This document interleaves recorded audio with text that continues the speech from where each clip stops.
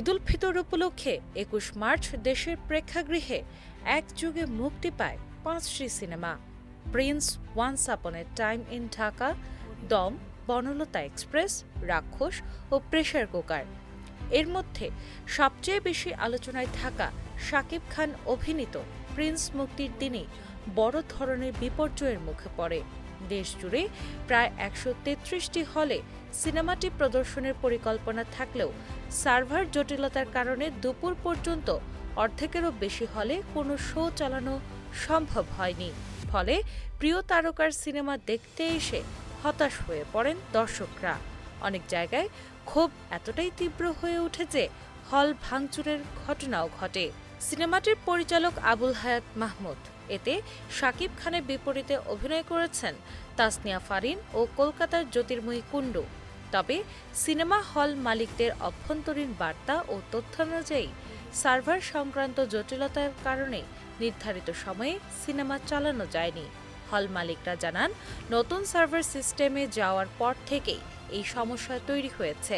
কোথাও সিনেমার ফাইলই পৌঁছায়নি, কোথাও আবার পাসওয়ার্ড না থাকায় চালানো যায়নি। এমনকি কিছু হলে সিনেমা চালু হলেও শব্দ সমস্যার কারণে মাঝপথে শো বন্ধ রাখতে হয়েছে। টেকেরহাটের সোনালী সিনেমা হলের মালিক রাহুল খান বলেন, কয়েক লাখ টাকা খরচ করে সিনেমাটি নেওয়ার পরও সার্ভারে ফাইল না আসায় তিনি বাধ্য হয়ে প্রায় ১৫,০০০ টাকার টিকিট ফেরত দিয়েছেন। এতে ক্ষুব্ধ দর্শকরা হলের আসবাবপত্র ভাঙচুর করেন। দেশের শীর্ষ মাল্টিপ্লেক্স চেইন স্টার সিনেপ্লেক্সেও একই সমস্যা দেখা যায়। প্রতিষ্ঠানটির মিডিয়া ও মার্কেটিং বিভাগের এজিএম মেজবা উদ্দিন আহমেদ জানান, দুপুর পর্যন্ত প্রিন্সের ডিসিপি ফাইল না পাওয়ায় তারা কোনো শো চালাতে পারেননি, যা তাদের জন্য বড় আর্থিক ক্ষতির কারণ হয়েছে। সিনেমাটির আংশিক সার্ভার ডিস্ট্রিবিউশন প্রতিষ্ঠান অ্যাকশন কাট এন্টারটেইনমেন্ট এই পরিস্থিতির জন্য অনেক হল মালিক পরিবেশককে দায়ী করছেন এবং ক্ষতিপূরণের দাবিতে শিগগিরই একটি কমিটি গঠনের কথাও জানিয়েছেন।